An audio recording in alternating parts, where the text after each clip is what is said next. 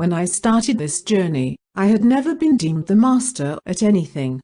Looking back, I perceived that I was symbolically dwelling in a space that exists before all things begin, tangled in a realm of pre-life, hermeneutic, introspective, deeply internally dwelling and not sure how to apply what I learned. I felt on some levels like I was akin to a phoenix who had burned down to a dusty, emptied shell. It wasn't that life wasn't stirring within, I was just held suspended in a cocoon or an internal womb waiting to come out. I had been wrapped in a process of categorized incubation, inhabiting my own internal dwellings until I felt I reached the necessary level of discipline inherent to being able to carefully wield the very special and newfound power that was stirring within. I recognized that I had learned a great deal in my relative isolation, and now bringing it forth to life involved tapping into my personal capacity to dream into the realms of reality through the wishes and dreams stirring inside of me. It has involved a mixing and intermingling of the two planes, the planes of bringing forth a physical manifestation from the internal creating grounds. I realized through introspection that through my imagination, the boundary lands between the other realms and this realm were still open for me in childhood ways, and it makes me wonder whether children have natural abilities to access the other realms, which some may call the land of dreams or nether realms or spirit realms. By retaining this ability to stand within that middle ground, something real can be stirred and literally created through the act of deep pretending, also called intention setting in earlier descriptions, coupled with acting upon that pretending in playful ways. Truly, a natural connection to the two places, internal imaginationscapes and external reality, seems so innately connected. So, in a child's world, any skill or experience or reality we want to manifest, needs only to be played in feigned ways within both the physical realms with props standing in for real tools. Then link in the real tool with the real hands of the dreamer playing into the dream. The building of intention and journeying involves simultaneously playing in the other realms while also enjoying this real-life physical space in a state of wildly imaginative fun, to whatever degree of finesse we can impart on both levels. For example, when we are children and we decide we connect to a desire, we are fluid in the activation. For example, if a child would intend to pretend to be the dancer, this child would fluidly lend to expression of the dance physically while imagining the most utter dream scenario, the dancing around us, embodying it wholly, mind, body and spirit in the moment. Therefore, it becomes a planted lived memory and a sense of what that ultimate life dream might feel like if we could hold on to the magical moments within the dream. As we began to marvel at the possibility of wanting to do something extra special, extra skilled and talented and beautiful, this enthusiastic and open-hearted intention offers us the key that unchains the gate. Then the trick involves simply performing the act in the physical reality at whatever level feels joyful or right, while still activating the dream space and continually imagining inside our spirits and minds.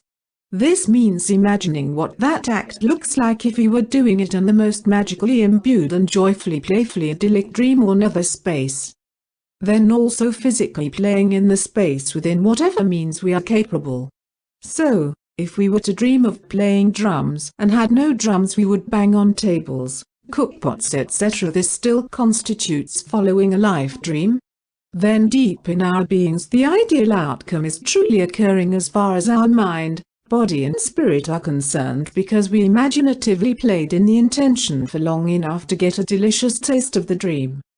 This work is helping us to work our muscle of practicing the actions that will lead to mastery in a sneaky behind-the-scenes way, while we reside within that play space, further defining the elements that make it an incredible lived life dream. The extra special part is that there is a literal connecting of energy, like plugging in a fuse, so that the experience does instantly start to formulate with a magnificence matching whatever level of imagination it was committed. So again, if we return to the example, during this period we are the dancing or drumming, painting or performing in rudimentary and what may appear to be childish ways. or even if we have never engaged in the act but have just done a lot of dreaming, either way we are placing the building blocks that will allow us to activate this truth on all fronts of reality. In the never or dream space we are building that reality into our future being, laying the yellow brick road ahead, and sending that magical hope-filled energy into physical manifestation which feeds our future life of dreams. It is a game that feeds the game that feeds simultaneously our reality along the shamanic journey. Energies worked on in both levels make for one progressively beautiful life dream. Then somehow as age settles in the game starts to feel wearying, because if the game is to progress one needs to keep shaking the dice or spinning the wheel and imbuing more energy or resting in the spaces created contentedly. As we reach different plateaus of age, sometimes the pleasures earlier placed are comfortably lived in for many long ages do not have to continuously infuse so much intense energy. As we grow older, we begin to build a nice big collectively fulfilling life dream so we can hang in the pocket for a restful period of delicately slowed pseudostasis, if this is our ideal outcome. I know it is the ideal for me to become more and more efficient in energy usage as I age. Sometimes lack of change can place us in a beautiful comfy nest wherein we expand our opportunity to receive and create. Yet in the most eager of hearts, even as we age, there is still this desire to continue to activate some future possibility, because they too still want a taste of the nectars of a life dream well played. There is an indelible connection between our bodies, minds, spirits and emotions, hearts, and when we can take that largely hidden connection and awaken our conscious sense of this linkage and the importance of retaining a state of balance, we can find healing on the way through. Balance means exercising each of them in turn to make sure that each is equally strong and honoring each in turn when certain parts are weak. It seems that we live in increasing states of intellectualism. We forget to care for our physical beings, and when we neglect that essential part of ourselves, our brains also atrophy along with our bodies. Sometimes doing simple things can help so much in honoring each part. For example, simply moving our bodies into a comfortable position can allow us to fall into a much-needed surrender in other ways. When we comfort and cradle our physical body in a comfortable space, it reminds us that we are safe. It sends a message to our physical bodies that we will be attending those physical needs and honoring those needs when they appear. We can also simply get much-needed physical relief by just stretching our bodies thoroughly. What a relief to take the time to put our hands up or behind our heads and lean back and reach out long and tall, tensing up a little bit and releasing with a yawn. Allowing ourselves a stretch relieves tension, to give our body a short break. Even just taking time to yawn or practice breathing in an indulgent gulps of air can soften the anxiety in the body and affirm that we have come to a restful place where we can take the time to do such things. Something as simple as taking a short break to stretch can go a long way. We can also show appreciation and balance out the physical side of our mind, body, spirit and emotional dimensions by remembering to enjoy physical acts of self-expression, athleticism and play. Even if we do something as simple as putting on music and exploring the space physically through motions that express who we are in the moment, our bodies start to feel freer. If we find moments to wade into a body of water and splash and play, or get on a bike or hiking trail and just let our bodies move in the ways that feel honoring, good and right, then we begin to heal that dimension of our being. Emotional well-being can sometimes feel trickier in the era of prescription drugs and high societal expectations regarding retaining an elevated and upbeat mood. When we can permit ourselves to feel the gamut of emotions and to come to know and appreciate that there is a time, space and even purpose for each of our emotions, then we can begin to embrace ourselves for being who we are unashamedly.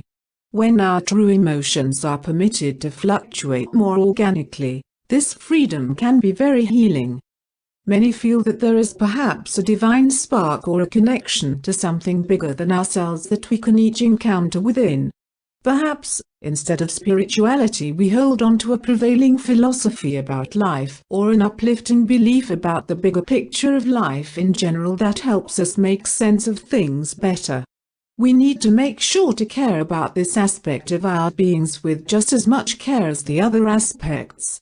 When we ponder nourishing this side of ourselves, we are often invited on a journey to deeply explore our inner or outer landscapes. During these journeys, people have been known to perform rituals and ceremonies, to attend religious masses or services, or find places that feel special and sacred, or perform actions like meditation and yoga to deepen their investment in faith. Some people like to invest in reading about or contemplating spirituality, and this works too. This can be a very individualistic journey, and we each have the chance to follow this road where it leads, guided by our intuitive selves. Mental well-being is important because many of us have racing thoughts, pervasive worries, consummate doubts and questions about life and reality. These running thoughts are said to be the surface of a much calmer sea, and when we can sort of disregard them as excessive and let them appear, sound their alarms and recede, we become happier. These torrents and tides of flooding thoughts can be satiated through meditation practices where you sit with your thoughts and let them come and nag and freak out and then pass, and if we are able to become the observer behind the veil of this prevalent cyclical thought, we might find peace. Also, there are some practices that involve simply telling our brains to stop it when we find that there are problems, issues or concerns. Remember that no matter how we maintain wellness without and within on all levels, we have the perpetual right to independently support our healing road and to pick and choose what fuels our inner fire within. Some indigenous belief systems support the idea that we have an inner fire that we are left to guard and fuel, and that all of the four components are involved in stoking that flame, if we see this metaphorically. Here is an example of how it might look. First, we have to keep physical, the wood, to keep the spiritual fire burning. Then we need a heightened inner desire to start and keep the fire going, emotions and a mind to organize and keep it all in check, mental,